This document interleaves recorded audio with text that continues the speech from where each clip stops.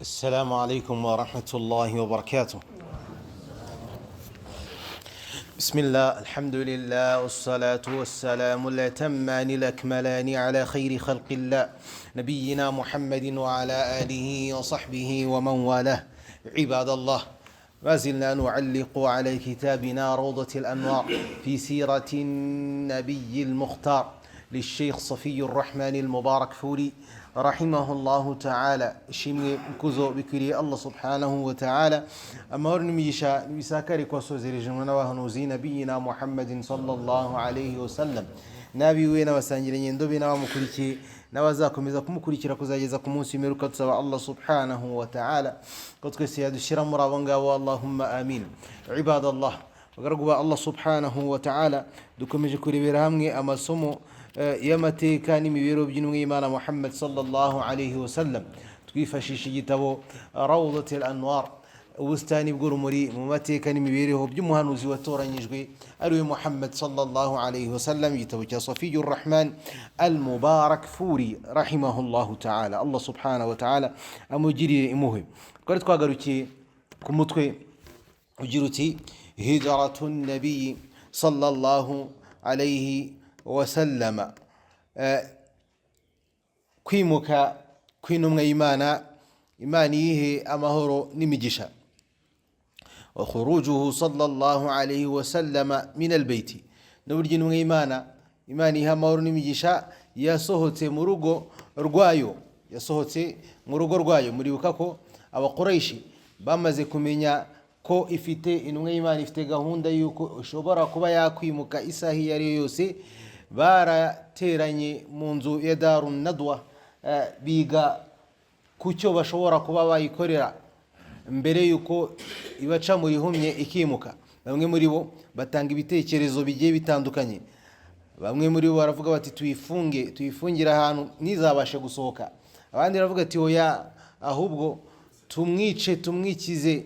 Abandi bati oya, tumumeneshe, tumusohore mu gihugu cyacu, tumwirukane. Haza kwakirwa igitekerezo cy'uko intumwa y'Imana igomba kwicwa. Nicyo cyari igitekerezo kigomba kuba yakwicwa. Uburyo rero intumwa y'Imana Muhammad sallallahu alayhi wasallam yasohotse mu rugo rwayo. Qala rahimahullahu ta'ala Safiyur Rahman, Allah subhanahu wa ta'ala mujirire impuhwe arakomeza agira ati wa kharaja Rasulullah sallallahu alayhi wasallama min baytihi wa hum mutawwaquna bihi. Intumwa y'Imana, Imana yihe amahoro n'imigisha, isohoka mu rugo rwayo. Isohoka mu rugo rwayo bari bagose urugo rwayo impande zarwo rwose, maze ibatera umusenyi. Ahangaha intumwa y'Imana yakoze kimwe mu bitangaza Allah subhanahu wa ta'ala yinyujijeho. Irasohoka bari maso, bayigose, bayireba, igenda ibanyanyagiza imisenyi yari iyoye ahitwa al-Batha'u ku mitwe yawo, ibashyira ku mitwe. Irangije isoma amagambo ya Allah subhanahu wa ta'ala aboneka muri suratu Yasin, igira iti waja'alna min bayni aydihim saddan wa min khalfihim sadda fa'awshaynahum fahum la yubsirun. Aya ya 9 ivuga iti kandi twashyize urusika imbere yabo n'inyuma yabo, maze turabapfukirana bituma batabona. Intumwa y'Imana irangije ibanyuraho. Allah rero subhanahu wa ta'ala yabahumye amaso, intumwa y'Imana ibanyuramo, ntibashobora kuyibona kandi bayiraririye. Nuko ijya kwa Abu Bakr Siddiq, umusangirangendo wayo, maze basohokera mu cyanzu cy'urugo rwa Abu Bakri, kugeza ubwo bageze mu buvumo bwa Thawr, mbere yuko umuseke utambika, mbere yuko salatul fajri yinjira, mu ntera ingana na mayili 5 werekeza mu gihugu cya Yemen. Qala rahimahullahu ta'ala Sheikh Safiyur Rahman, Allah amujirire impuhwe arakomeza agira ati 3 layalin fil ghar, amajoro 3 bari mu buvumo. Amajoro 3 intumwa y'Imana Muhammad sallallahu alayhi wa sallama na Abu Bakr as-Siddiq bamaze bari mu buvumo. قال ولما انتهيا إلى الغار دخله أبو بكر أولا حتى إذا كان فيه شيء يصيبه هو دونه رسول الله صلى الله عليه وسلم. بجزك بفمو أبو بكر هذا أول الرجل في الإسلام وأفضل الرجل في أمة محمد صلى الله عليه وسلم قاطبة. ويمقبو أبو بكر رضي الله عنه الله سبحانه وتعالى منيشمري نيمونو منيزا كروتاباندي بابا يهبوسي muri umma ya Muhammad sallallahu alayhi wasallam. Ntabwo yabigezeho kubera ko byifuza gusa ngaryame abyifuze narangiza nyagasani abimuhe abo umuntu mwiza kuruta abandi muri ino umma, ahubwo yabigezeho kubwo gukunda intumwa y'Imana Muhammad sallallahu alayhi wasallam kurusha abandi bose, no kurusha ubwe ndetse no kurusha urubyaro rwe no kurusha buri kimwe cyari cyo cyose. Yabigezeho kubwo kwitanga akanitangira iri dini rya Allah subhanahu wa ta'ala. Uyu Abu Bakr as-Siddiq radiyallahu anhu Allah subhanahu wa ta'ala amwishimire. Iki ni kimwe mu byatumye Allah subhanahu wa ta'ala amwishimira. Iyi ni nimwe mu mpamvu ndetse nimwe muri gihamya zigaragaza uburyo yakundaga intumwa y'Imana Muhammad sallallahu alayhi wasallam. Bageze ku buvumo Abu Bakr as-Siddiq radiyallahu anhu yabanje kubwinjiramo. Ubuvumo ni ahantu rimwe na rimwe haba hadatekanye, hari udukoko, hari inzoka, hari za scorpio, udashobora kumenya icyo ari cyo cyose gishobora kuba kirimo cyagirira umuntu nabi. Abu Bakr as-Siddiq ubwe yabanje kwinjiramo. Kubera iki yabanje kwinjiramo? Kugira ngo niba harimo ikintu icyo ari cyo cyose ari we kibanza kugirira nabi, ntikigire nabi intumwa y'Imana Muhammad sallallahu alayhi wasallam. Subhanallah. Maze abanza kuhakora n'isuku mbere yuko intumwa y'Imana ihinjira. Abanza kuhakora isuku, abonamo imyenge, ayizibisha ibice by'imyambaro ye, imyenge ishobora kuba yasohokamo utunyamaswa n'udukoko, ayizibisha ibice by'imyambaro ye kugeza hasigaye umwobo umwe cyangwa se ibiri. Abura noneho yo icyo ayizibisha kuko ibice by'imyenda byari byamushiranye. Ayizibisha noneho yo ibirenge bye ayikandagiraho iyo myobo. Maze intumwa y'Imana Muhammad sallallahu alayhi wasallam irinjira, ayisaba noneho ko ishobora kuba yakinjira ko abona ahantu hatekanye. Iryama ku bibero bya Abu Bakr. Intumwa y'Imana iryama ku bibero bya Abu Bakr isa nk'ibyiseguye. Iryama ku bibero bya Abu Bakr. Hanyuma Abu Bakr aza kurumwa n'agasimba kavuye muri ya myobo yazibishije ibirenge bye. Abamenyi al-mu'arrikhun bigendanye n'amateka ntibavuze rimwe ku gasimba kamuriye. Bamwe bavuga ko ari inzoka ishobora kuba yaramuriye, abandi bakavuga ko atariyo. Al-muhim, kamwe mu bikoko by'ubumara karamurumye, kamuruma ku kuguru kwe, ariko ntiyanyeganyega habe na gato kubera agaciro k'intumwa y'Imana Muhammad sallallahu alayhi wasallam. Aryamweho n'umwiza kuruta abandi bose mu birema bwe Allah subhanahu wa ta'ala yaremye, ari we Muhammad sallallahu alayhi wasallam. Aryamweho n'uwo Allah subhanahu wa ta'ala yohererezaga malaika Jibril alayhi salatu wassalam avuye iwe aje kumuganiriza ku bigendanye n'idini rya Allah subhanahu wa ta'ala n'ibigomba gukorwa. Ibyo byose Abu Bakr yarabizi, bituma adashobora kunyeganyega, bituma adashobora kuba yagira n'ikindi kintu icyo ari cyo cyose akora. Ariko nk'umuntu warumwe ndetse uri kwinjirwamo n'ubumara bw'igikoko, amarira ye yatangiye kugwa mu buranga bw'intumwa y'Imana Muhammad sallallahu alayhi wasallam, kuko intumwa y'Imana muribuka yari mwiyegamije, yamwegamiye ku bibero bye. Amarira atangira kumanuka agwa mu buranga bw'intumwa y'Imana Muhammad sallallahu alayhi wasallam. Intumwa y'Imana ibyutswa n'amarira ya Abu Bakr as-Siddiq radiyallahu anhu. Iramubaza iti warumwe? Arisubiza ati ngize ababyeyi banjye bombi hinshungu kuri wowe narumwe. Nuko intumwa y'Imana Muhammad sallallahu alayhi wasallam icira aho yari yarumwe ku kirenge. Ububabare bwose burarangira, amera nkaho atigeze arumwa n'ikintu icyo ari cyo cyose. Riqu nabiy sallallahu alayhi wasallam kana mubaraka. Amacanshwe y'intumwa y'Imana Muhammad sallallahu alayhi wasallam ntago ari nk'ayumwe muri twebwe, yari mubarak, yari amacanshwe y'umugisha. umuti ntabwo yari ameze nk'ay'umwe muri twebwe. وكمنا في الغار 3 ليال وكان عبد الله بن أبي بكر يبيت عندهما. bihishe mu buvumo amajoro 3.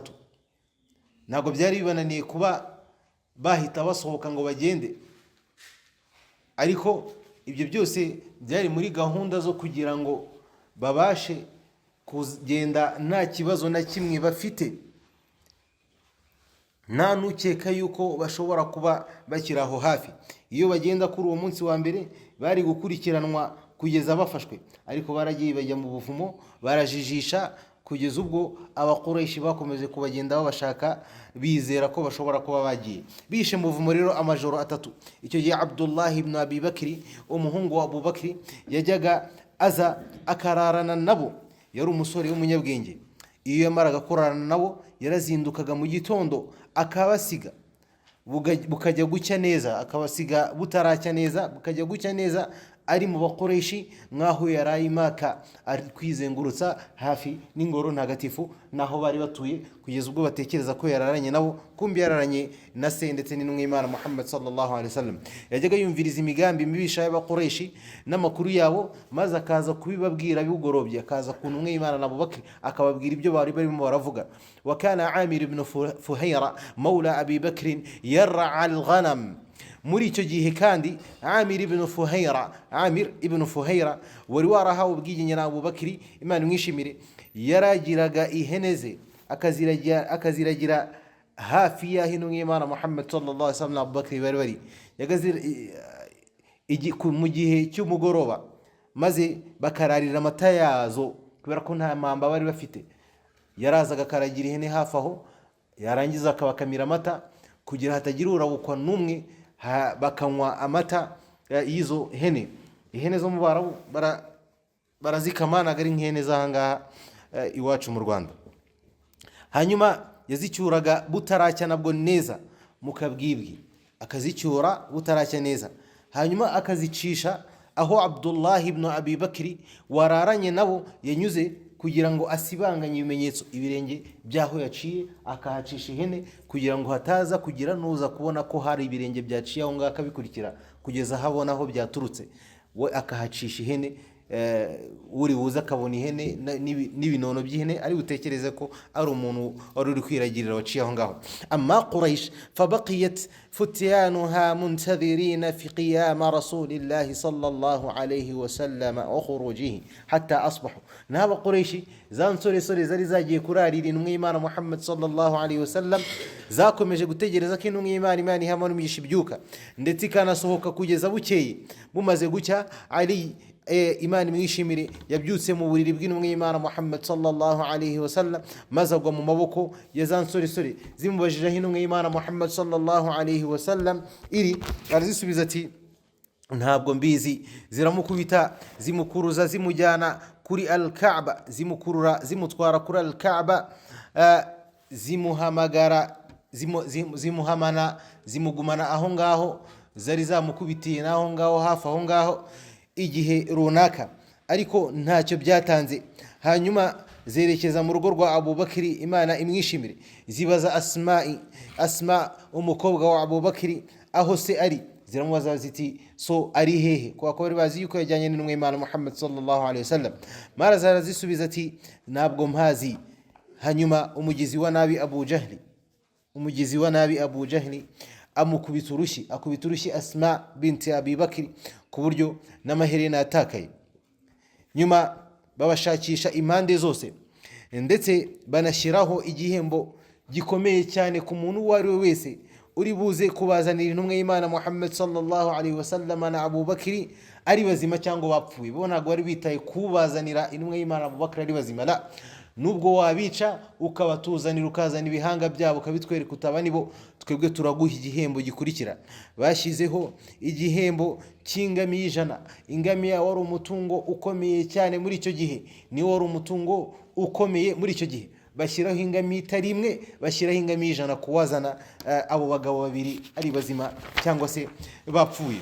وقد وصلوا في الطلب إلى باب الغار بحيث لو طأطأ أحدهم رأسه ونظر إلى قدميه لرآهما.